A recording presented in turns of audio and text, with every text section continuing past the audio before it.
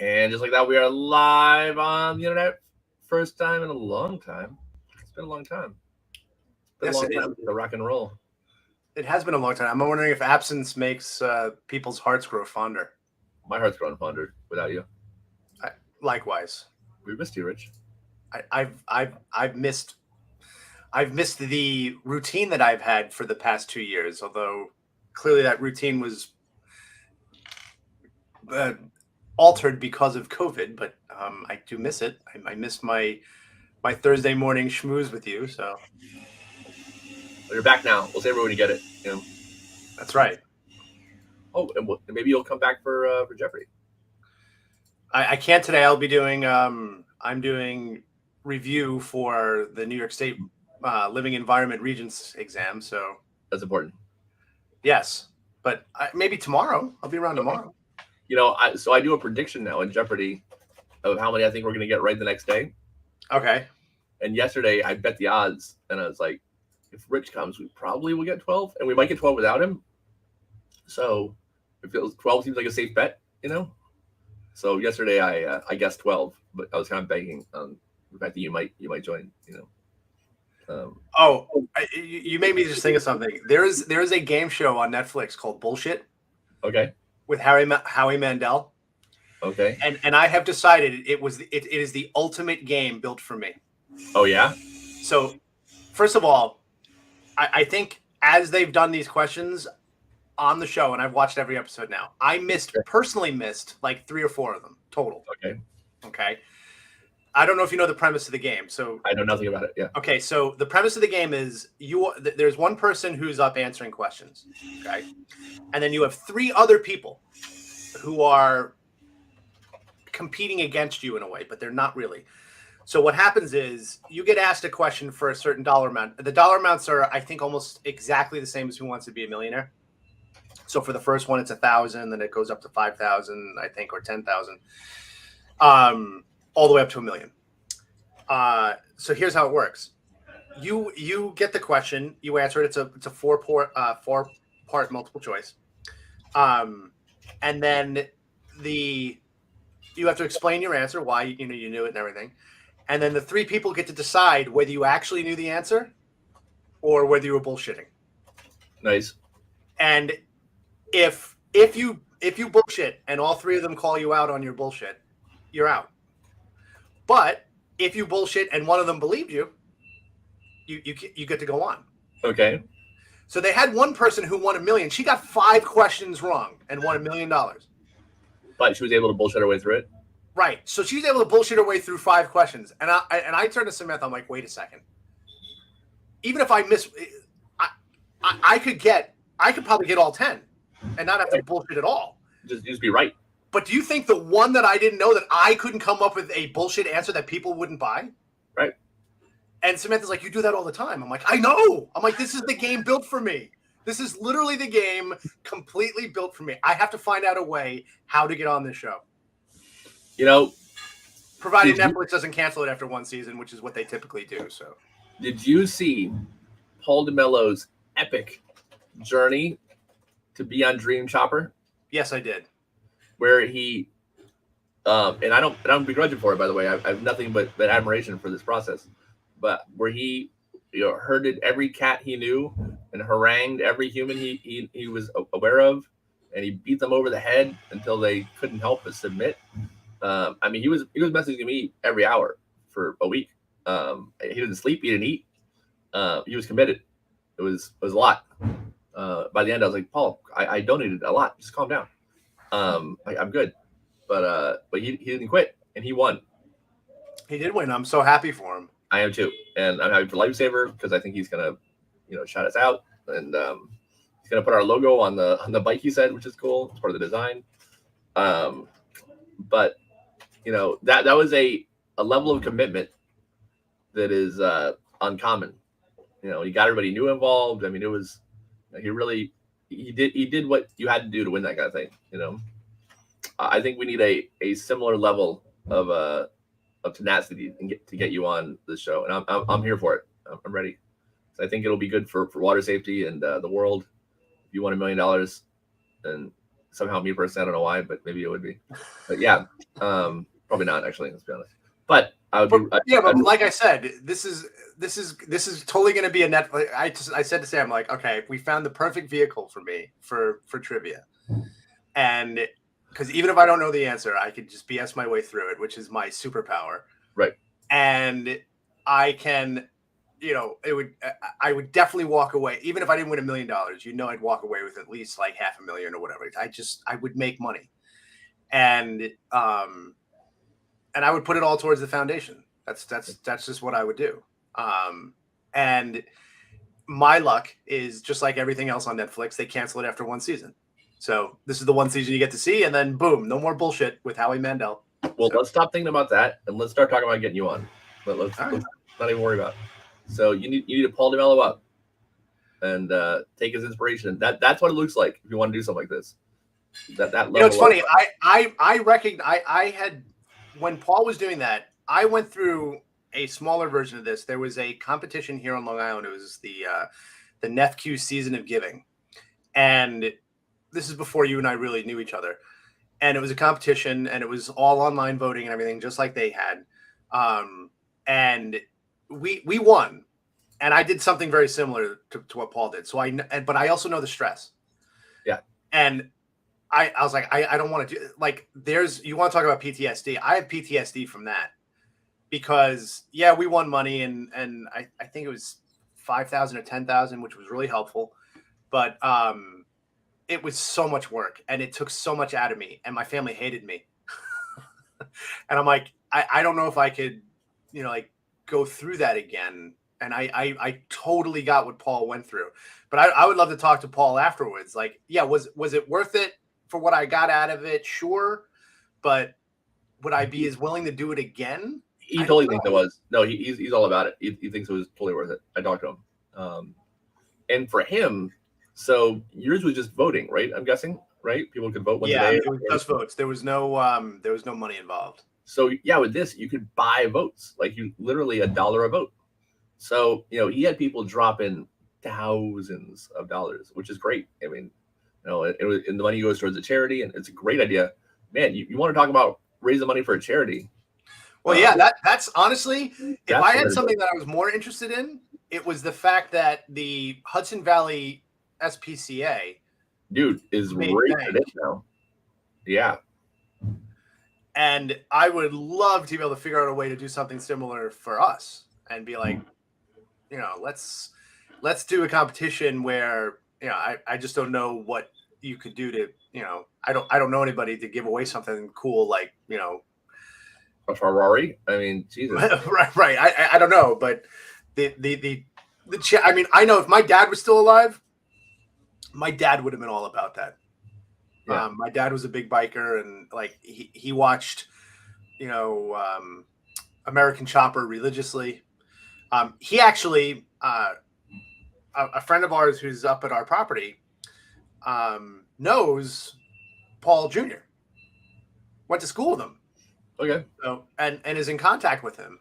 So which is cool, but I'm like, wow, that but I don't know anything. I don't know anyone equivalent. I don't know anything that would be similar to that to be able to raise money for us. But man, the Hudson Valley SPCA, wow, what a great way to make money. Dude, they've got to be rolling in cash right now because and I guarantee you that fundraiser was better than anything they've ever done cumulatively. Oh yeah, it's better than everything they're ever gonna do. Yep. Because I know, so I was putting in my little $222, in honor of Paul's twins because I always do 222, and I did that like 3 times, and I thought I was like a real big deal. Like I put in $600. That's a lot of money. I think it's a lot of money. And his brother is like, it's like, yeah, we've got people lined up to put 10 grand in each, tonight. I was like, what? He's like, yeah, are you ready? I'm like, for what? Like, I'm not getting involved in that. Like, I got $100 for you, bro. Like, he's like, oh no, we've got 2 guys lined up for 10 grand, and we got another for 5, and then we got 3 more people that are sitting on the sidelines with $3 grand each, ready to do it in case he falls into second. I'm like, good luck. Like, I'm that's awesome. I'm really happy for you, but that game is too rich for me. I thought, I'm not that level. or I'm not that committed. Either way, no, I don't even have the money. What are you talking about? I couldn't do it. It's impossible. So yeah. No, I mean, I typically won't spend money on things like that unless I know it's to a good cause. So for me, because we paid too, I did when it was double, and we put in money as well. Yeah. And I couldn't do it for that much, but I'm glad. I'm super glad he made. I'm like, Yeah. I was following it. I was voting. I was religiously. I had a reminder on my phone. I was doing the daily voting too. Yeah. So that I would at least get in that free daily vote. And I would log on to Sam's Facebook and do it again. Nice. I had my mom. I would remind my mom, and yeah, we were, and then we went on Respect Life, and I know he had a big bump when he was in like the quarterfinals or whatever. He had reached out to me, and I had put a post on Respect Life, and right after I put that post, he went back in the first place. That's cool. And that was just people doing free votes. I guarantee. I mean, maybe some people paid. I would be cool if they did, but we didn't ask for that. We just asked for people to do their free votes. But I guess when you have 70,000 people you can reach out to in one shot, that helps. So 70,000 free votes. That's pretty cool if you can get them. Well, I was telling him, what's the bike worth? Is the bike worth 80 grand? Then why is it not worth it for somebody to put 60 grand in? Right. And you get to be on the show, so you're getting a bike at half cost, and you're getting on TV. It makes sense. There must have been some type of caveat that the contestants couldn't buy their own votes, could they? Right, exactly. So that's what he said. That he because I told him, I said, what are you doing? And he's like, oh, I can't put money in for myself. And I even, to Paul's credit, I was like, well, give me the money and I'll do it. And he was like, no, I can't. That's not, I don't want to lie. And if they ever put a microphone in my face and ask me, and I'd have to be honest. And, he played by the rules. I was like, the other guy isn't, just so you know, the other guy is giving his buddies money and they're buying votes, just so you realize. He's like, well, that's on them. He won. And I know you and I talked privately that, we thought at the last second someone would jump in and win. Sniping. Yeah.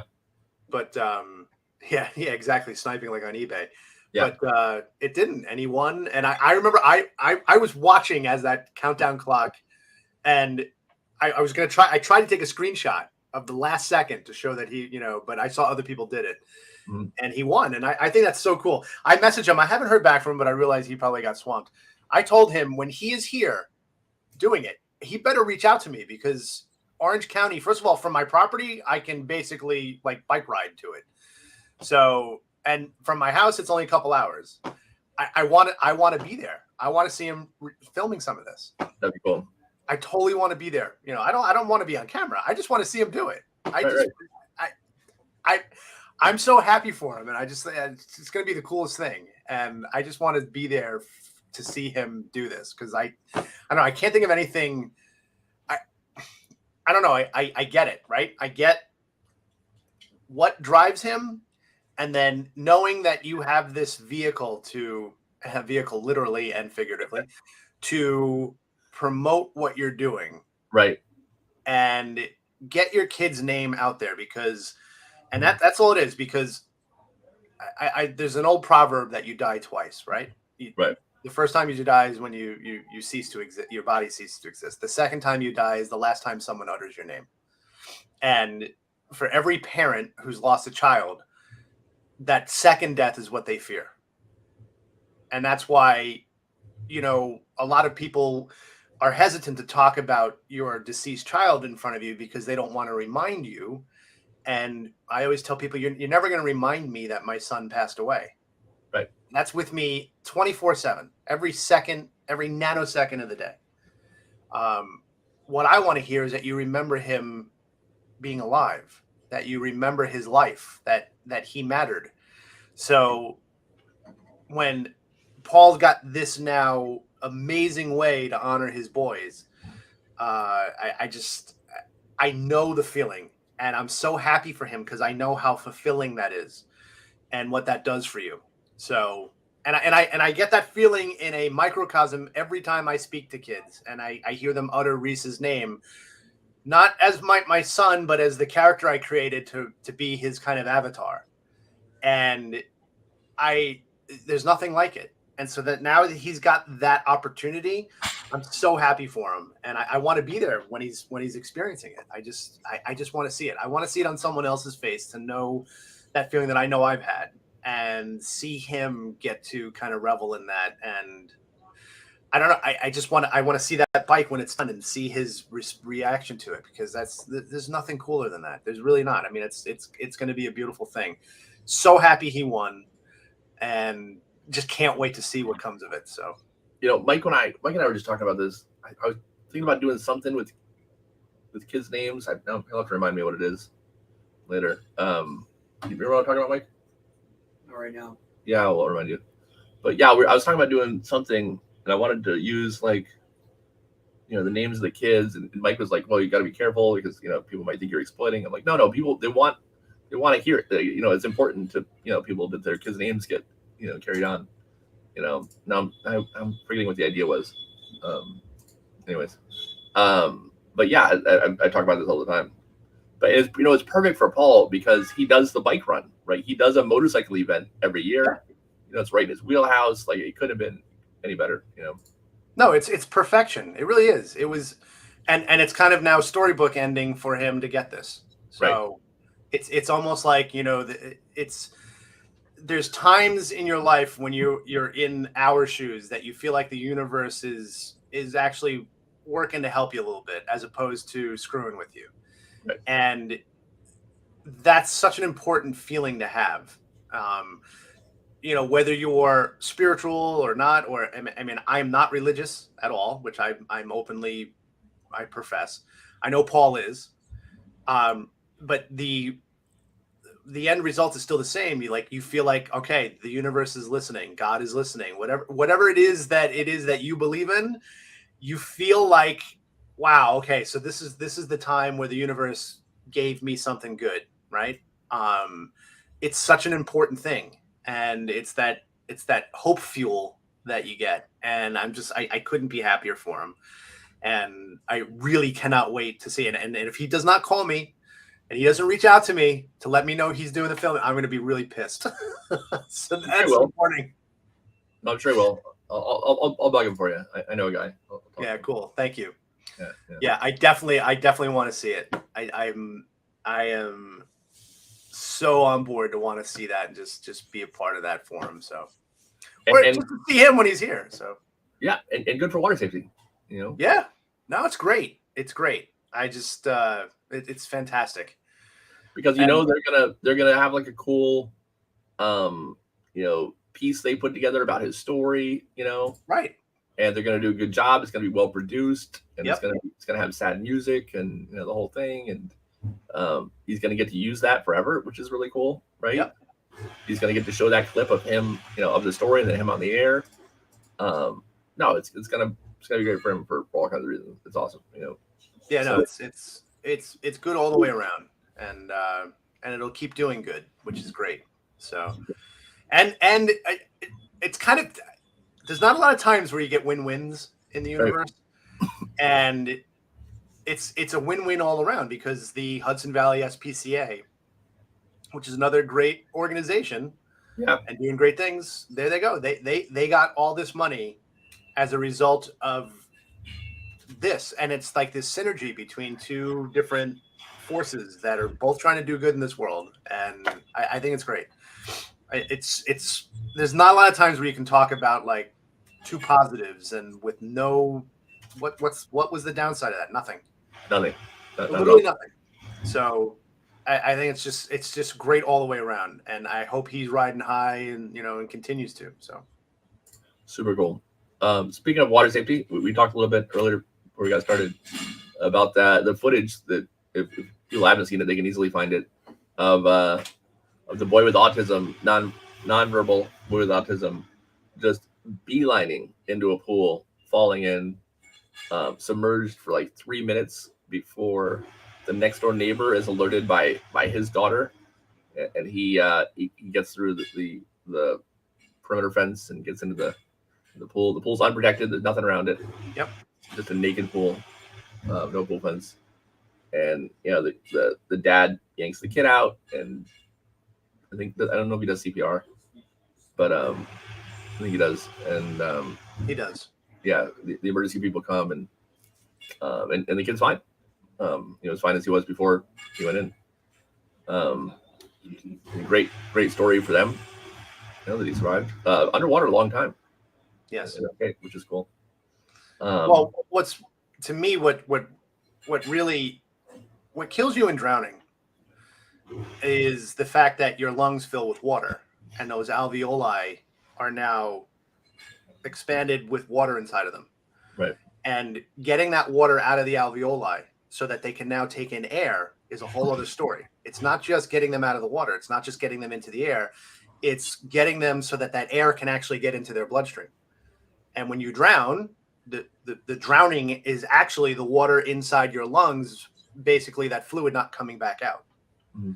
So the fact that he recovered fully is really exceptionally rare. Yeah. Because honestly, you can drown in 7 seconds because all it takes is just one full breath of water, and that water just staying in your lungs and not being able to get out, and not being able to get oxygen into the body so that you can, the first thing that dies is your brain. So yeah, the fact that kid survived, if ever there was a more poignant reminder of how important it is to have a barrier around your pool, there you go. Yeah. Especially, although, yes, autistic kids are infinitely more likely to drown than non-autistic kids. That stat I talk about doesn't seem real when I say it. Right. It feels made up. That if an autistic child gets out of the house, which they're prone to do, a lot of children with autism have a predilection towards wandering and escaping. That if they die, it's a 90% chance they're going to die of drowning. Right. Which is crazy. A 90% chance of what do you have a 90% chance of dying of anything? Right. But yeah, the fact that there's a 90% chance your autistic kid, if they escape, will die of drowning is ridiculous. Yeah. My one of my best friends, their son has autism, and it's also one of the reasons why they wouldn't put in a pool. Oh yeah, no, absolutely. So now he's got a twin brother, and the brother wants, but they won't put it in. And that's even knowing they could put in effect. Like, nope, they just don't want to. They don't want to go there. The odds are that high. I mean, I wouldn't even live in a state with oceans. Like, I mean, it's so crazy. Well, they're landlocked, so they don't have to worry about that. But yeah, it's a very real thing, and that video is important on so many levels. First of all, it's important that, number one, that situation should have been much more tragic than it really was, because number one, the kid didn't have swim lessons. Number two, no barrier around the pool. Number three, no supervision. So all the now, by the way, usually drowning can happen if even one of the layers breaks down, and they literally had almost none of them. So it's a story in that the ending was a positive one, but that's usually not how it ends. No.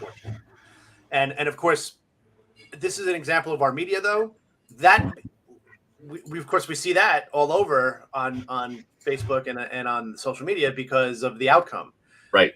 But that's not the normal outcome. But our you confirmation bias will be, so let me be the Debbie Downer here to say that video in many ways can do more damage than good. Maybe. Because you can have people saying, "Oh, see, but they were able to save him." Yeah. And that was what needs to be said, is that was so exceptional that it defies all the odds. And that is not the norm. And you don't have that much time. And 3 minutes isn't a long time, but you don't have that much time. Yeah, because you can't show security footage of a kid dying in a pool, right? Like that can't be on the news, So, yeah, I think that's something that needs to be said. And I watched it once and that was it. Because for me, it's, I didn't see Reese go into the water, but I have my own vision of it, and I don't need to be. It was a vision, right? So when you see it happen, it's like, okay, like it makes it a little bit too real, and it activates that PTSD, and Yeah. it's tough. But listen, I talk about it all the time. I talk about water safety all the time, even when I'm doing my kindness shows. Water safety is a part of it, because I know how important it is, and if you can even save one life, then it was worth it, right? So my hope is that this is something that raises awareness. I know you've been interviewed now, what, 3 different times? 4. Four times since that video has come out. So that's good. It's all great to get that out. And then it's keeping it out there. And it's again, educating more and more people, because I'm frankly, I'm shocked at the number of parents of autistic kids who have no idea about the dangers of water. That's so bizarre. So, yeah. And I think every parent wants to keep their kids safe, right? But you need to know how to do it. We need to know how to keep my kids safe. If you don't know that this is a problem, then you're not going to be able to keep your kids safe from it, because you didn't understand that the problem existed in the first place. Right. So, I mean, that's literally the name of the podcast, right? The Child Safety Source. Yeah. So, and that's a great segue into, well, what about when you're sending your kids away and they're not in your control and they're at school and we're making the assumption that they're safe? And then you have something that happened in Texas 2 weeks ago, and we wonder, wow, how safe are my kids at school? Are our kids safe? And that's an important question to ask. Are our kids safe in a country where an 18-year-old can basically buy an assault weapon with basically nothing? I have a shirt. I have many of them, actually, from my property in upstate New York. It says Speck Brothers Rod and Gun Club. I believe in gun ownership. I literally have property where, I don't hunt personally, but my family does. I recognize that right to bear arms. I recognize where the founders came from when they were writing, and the Second Amendment wasn't, obviously it's an amendment. It wasn't a part of the original Constitution, which I always find interesting. People are always interested in talking about originality of the Constitution. This is from an amendment, which wasn't the original Constitution, right? So amendments were added on. But I understand the importance. Out of curiosity, though, I agree with you, but were the first 10, didn't they happen with the Right away? Yes, the Bill of the Bill of Rights was but it was not written in the original Constitution. Yep.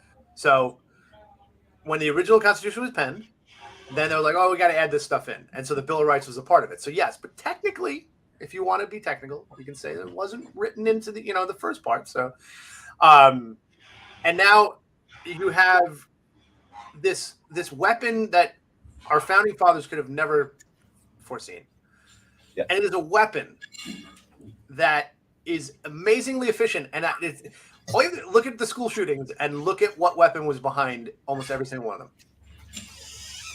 It's not rocket science.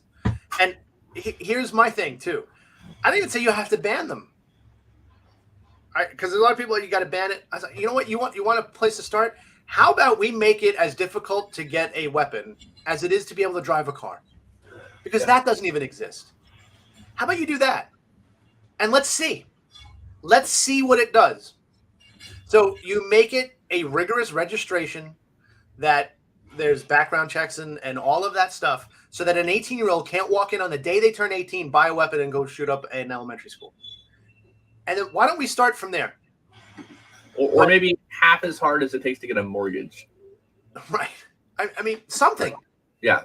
Right. I mean, at this rate, there's certain states I can as easily buy a Twinkie as I can an AR-15.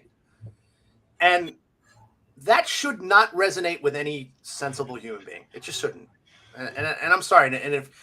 And if someone thinks that by passing legislation that makes it more sensible is somehow curtailing your rights, the only right you're curtailing is the right to live by these children who have been victims of it. So that's my 2 cents. And, if you want to keep your schools safe, well, first of all, I'm going to say something that's probably not going to be popular. Our schools are incredibly safe. I think so. They're absolutely safe. These shootings, no matter how many of them we think, there's a lot of, they're in terms of per capita violence, it's really tiny. Yeah, they're exceedingly rare. It's like it's hard for me to really tell people how unlikely it is. I bet more kids are killed by school buses than. Oh, I guarantee you that's true. So, yes, is it terrible? Absolutely. It's god awful. But the reality is that the likelihood still is really, really small. That doesn't mean it's not something you should be worried. Like, yes, we should be concerned about it. We should do things to limit it if we can. Like, the likelihood of this planet getting hit by an asteroid is really, really low. And Right. it's not really something I need to worry about in my lifetime. But the thing is, it can still happen. So if we can do things to mitigate that possibility at all, let's do it.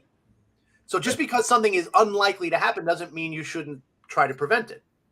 Unfortunately, I think a lot of the resistance comes from that people who want to use that statistic that's still unlikely to happen saying, And I think that's enough for some people to rationalize saying, well, no, because once you start legislating one thing, it's going to grow. And that's a fallacy too. That's an assumption. And I have to look at things scientifically, and I'm going to look at them pragmatically and say, listen, I know what the data tells us right now. And what would be the first step to trying to curtail that? And yes, as a result, the end result would be that we are making schools safer by proxy, by making it much more difficult, if not impossible, to get these assault weapons. And the science already bears it out. During the assault weapons ban that existed from 1994 until it expired, I think, what was it, 10 years after that? There were the amount of violent crimes committed in school, it decreased. So we have the data that shows it. In countries that banned assault weapons altogether, actually in countries that got rid of them, you saw school shootings drop at the commensurate rate. So we have the data that backs it up. It's just that feelings sometimes, well, not sometimes, supersede data.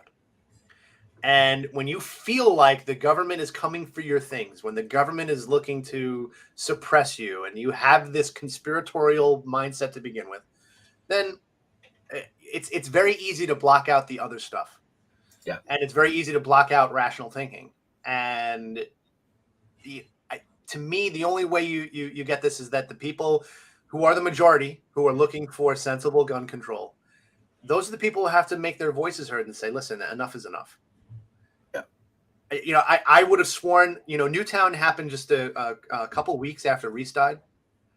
And so that hit me really hard. I'll never forget Newtown because of the proximity to Reese's death. And I thought about, these families going through what I'm going through, but, my God, like, what do you do with that, right? And right. I would have told you, I would have sworn back then that was it. That was going to be the focal point where everything changed, and it didn't. So if little kids getting murdered didn't change this belief, and now we've had it happen again, my God, let's do something. Let's do something, because it's another one is too many.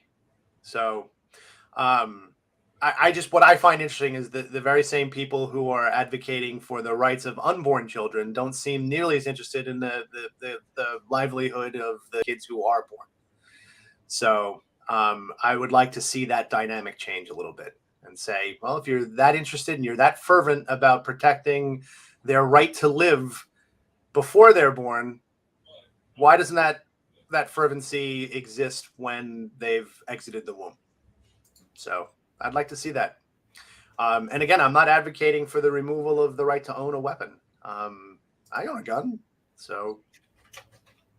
But yeah, and then the argument that if we make it harder, that the only people, the criminals are still going to get guns. But I always find that silly, because then what's the point of having laws at all? Right. Well, then maybe. Should child molestation be legal? Because the only criminals are going to do it if it's right. Should drunk driving be legal then? Because they're going to do it anyways. Should heroin selling heroin to kids be legal? Because they're going to do it either way.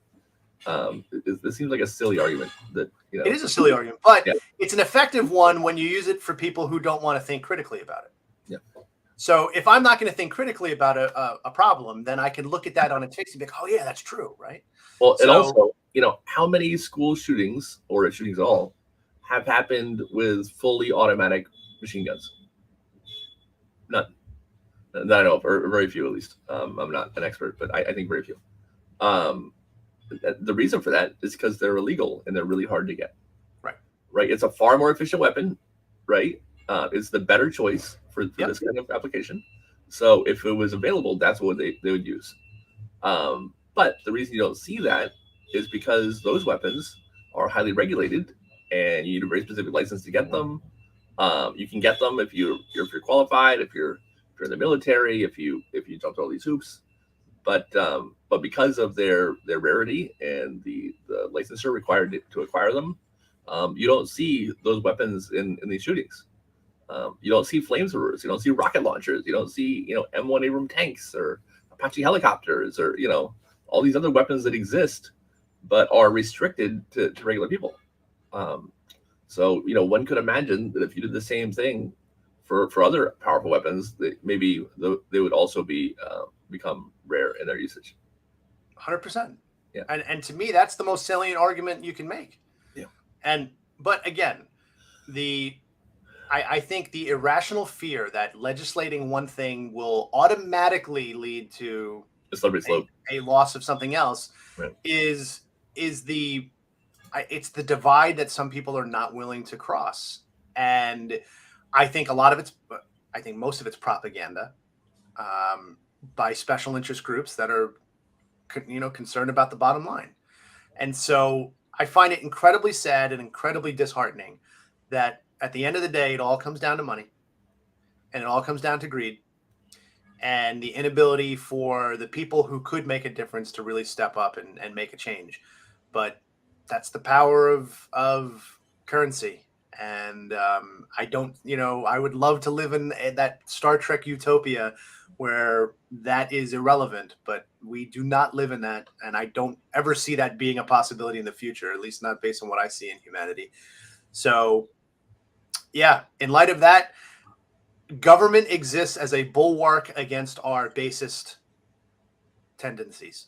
That's the definition of government. It's not a guarantee. It's not a perfect barrier. I mean, that's what a bulwark means. It's meant to turn the tide, and people aren't even willing to go that far. I mean, sensible people are, and the sad part is the vast majority of the country supports it, and yet here we are with nothing changing. So I would love to see that change. I hope that, again, I think this is also a part of our very polarized and unfortunately our political system, which exists of only two parties. That you have it's just a you have a choice of one or two. It's a binary choice, and that binary choice links so many things into what you're supposed to be supporting. And so when people have these wedge issues that that's their one thing that they believe in and one party is supporting it, then all the other crap that goes along with it you're also voting for. And I think that's what happens more often than not, and they count on that. Yeah, it's tribalism, Yeah, and that's unfortunate. But my goodness, can we put that all aside and be like, listen, I'm sorry, but third graders with holes in their faces is not acceptable to me. It's not. So when they had to identify some of these kids by clothing and by DNA, that's not acceptable. It's just it's barbaric, and it's enough. Enough. Enough. I mean, I go to these schools speaking about kindness, and yet some of these kids in the back of their heads have to think about, my God, am I going to get shot tomorrow?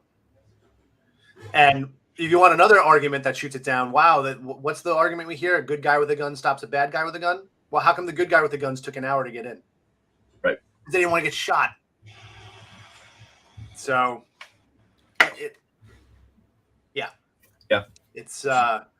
it's a tough thing, but if I have to end on a positive note, even through all that, and as awful as it is, and as scary as it is, the safest place you can send your kids during the day is a school. Yeah. It is still statistically the safest place. That it is a fortress, but not all fortresses are impenetrable. But it is a fortress. And honestly, this guy got in because of a breach in the layers of protection that schools have.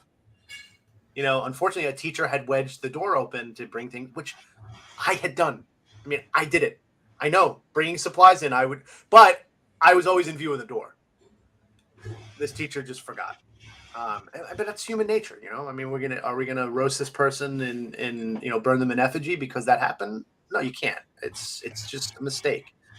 Just as I'm not gonna blame what happened to Reese on anything other than a tragic accident. But yeah, there are things we can do to mitigate it, and we're not. This would be to me akin of, you want to put it in something that's apropos for you. This would be recognizing what happened with that kid and no one ever coming up with the idea of, hey, let's put a barrier around the pool because I want my pool to look pretty. I want the right for my pool to look pretty. And honestly, there's states where you can't get legislation passed for mandatory barriers around pools because of that reason. There are HOAs that restrict you from putting up a pool fence because they deter from the look of the backyard. Right. Same idea. Silly. What is our that was great, thank you. What's our science fact of the day? Our science fact today. Well, I'm going to go with not so much of a science fact, but something really cool in science news that I just read about, which I'm super excited about. So, researchers were just recently published their work of no, okay, fine. They what? Researchers. Like respect. Yeah. There's so many plays on that you can run. Yeah. We're doing research on the genes that are involved in aging. So you have genes. All your cells have genes for what's called cellular senescence, which is the idea that your cells age out. Part of that is basically the second law of thermodynamics, is that over time any system will move towards chaos, and cancer is basically a direct result of that. And think about making a copy of a copy of a copy of a copy. So cells are programmed to age and die out and get out of the way, and that's what aging is. But that programming is not precise. That programming was not something that was designed with any sense of what's the most efficient way to do it. That programming was basically what's good enough to get me to the next stage to produce offspring. Yeah. So researchers were looking at those particular genes and saying, well, can we turn them off? And if we turn them off, what's the end result? Or can we reverse the cells back to their original state?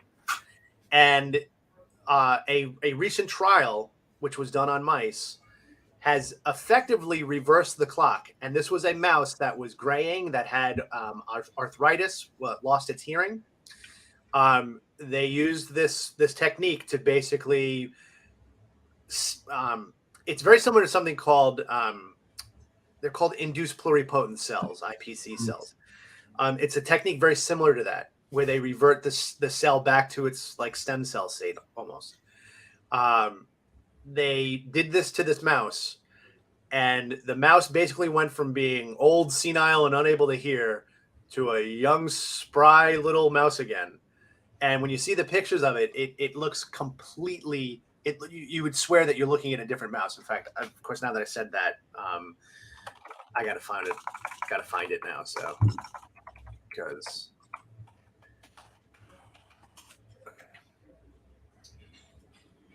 Hey, Michael, Alberts is our screen. As soon as he puts the roll. All right. I want to view in a new open. There we go. Open link in new window. Okay. So, am I allowed to share my screen now? If you go ahead, I'll put it through. Share. Okay.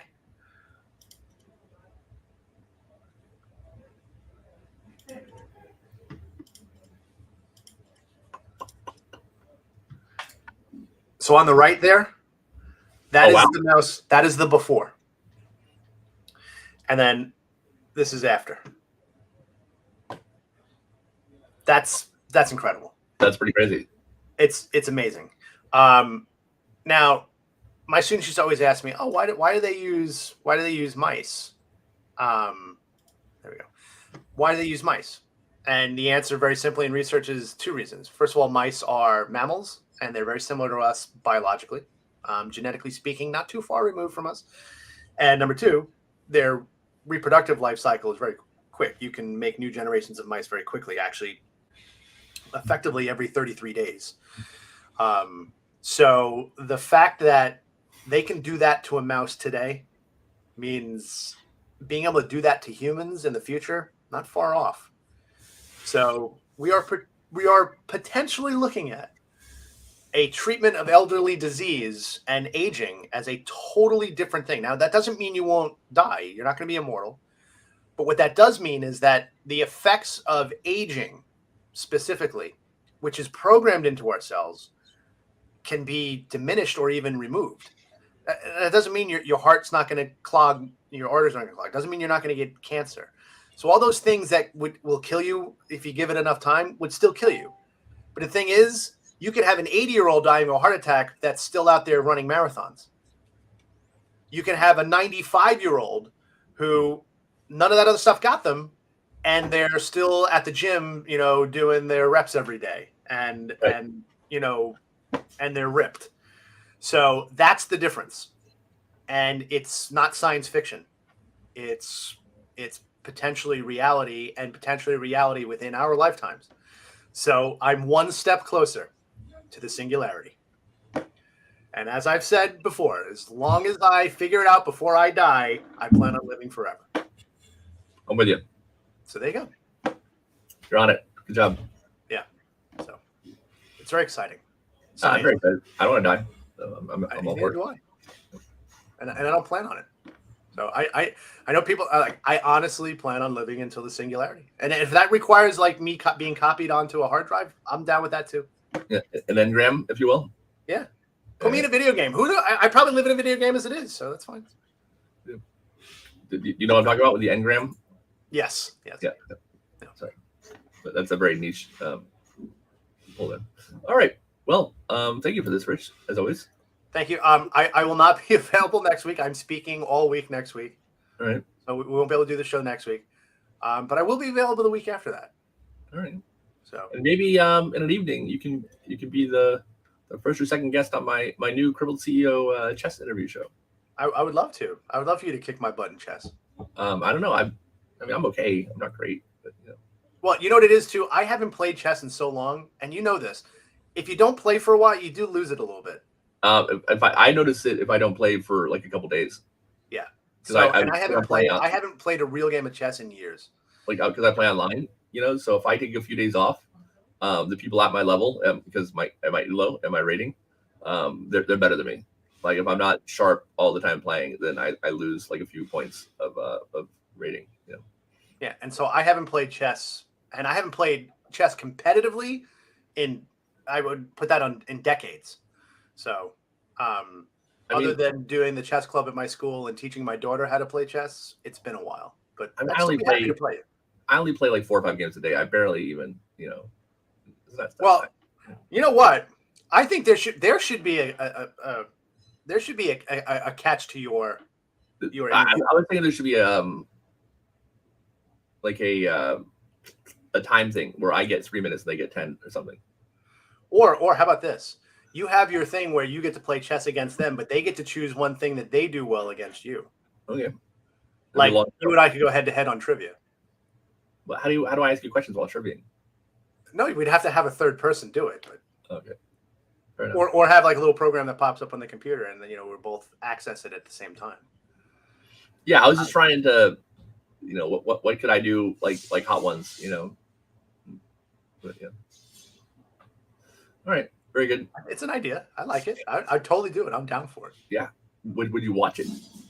I would totally watch it, dude. I watch the stuff you put out there. I know you think no one watches. I think more people watch than you might realize.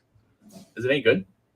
Yeah, I like it. I find what you write really insightful, and when I agree with it, I totally agree, and if I disagree, I don't really say it to you, but there's not honestly.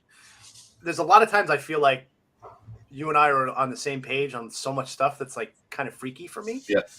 I almost feel like sometimes when you write something like, oh my God, I could have written that. So it's really weird. Like your last one, or I don't know if it was your newest blog about that was the one you shared about engaging in coitus and being successful in business. Yeah, it was a video. Yeah, that was my last video. A bad idea would be sharing it with my wife to let her know that maybe this is why I'm having issues. But don't you want the foundation to do better? Sam, do it for the foundation. Well, but the thing is that it's cyclical. So I'm not saying that the sex itself is what's making. No, it I know. cyclical. I watched it. So she would say, well, yeah, if you were doing all these other things, then you'd be getting laid more, and therefore the foundation would be doing better. Yeah, but that's not true either. No. Did you see what I do around my house? You're the man. The stuff that I get texts being like, oh my God, I can't, like, I showed her, basically this whole house was rebuilt by me. Right. Like literally every room. It's the house of Theseus. Right. My house is yes. And my deck, did you see the deck I built upstate? Yeah. Really well done. The deck of Theseus, Yeah. or as I like to call it, the deck of Spectacus. Nice. But all this stuff that I've done, right? Nothing. Not that I'm complaining. I'm sure something. I'm just saying. Yeah. So if that were the case, my God, I should be Will Chamberlain. Right. Yeah. And I'm not. So. But that's besides the point. That makes two of us. I'm also not. All right, my friend. But this was fun, and I really missed it, and I'm glad we're back. And of course, I won't be able to do it next week. We'll get you know what? Crap! I will not be able to do the week after that either. I have to take my cousin to the doctor that week. Okay. Thursdays are bad. You know what? We should probably switch to Tuesdays. I was gonna say, why? It doesn't have to be Thursday. It could be another day. Why don't we do Tuesdays? And this way, I can do it. I won't miss a day. Let's do Why Tuesday. don't we switch to Tuesdays? Henceforth, Tuesday. Fine. Done. Live on air. That solves a huge problem. Tuesdays are like so much better for me now. There you go. Great. You picked Thursday the first time. It just happened to be. Did I? Oh, that was my Yeah. fault. Okay. All right. Let's do Tuesdays. It Done. used to work for you. So, All right. to our viewer, tune in on Tuesdays now. Tuesday. Tuesdays will be fun for me now. That'll be great. I'm excited. There you go. All right. Cool. Yeah. All right. Solved. Look at that. Very good. Look at us problem solving. Look at us. Just look at us. And it didn't take legislation or anything like that. Fantastic. All right. I will. Well, then I'll catch up with you on Tuesday. See you Tuesday. All right, my friend. See you next Tuesday. Yes. All right. He Bye-bye. didn't get it. He doesn't understand. All right. But later, y'all. Oh, that was bad. I did catch that. Yeah. Okay. Yeah. All right. See you next Tuesday. Later, y'all. That's terrible. You're bad.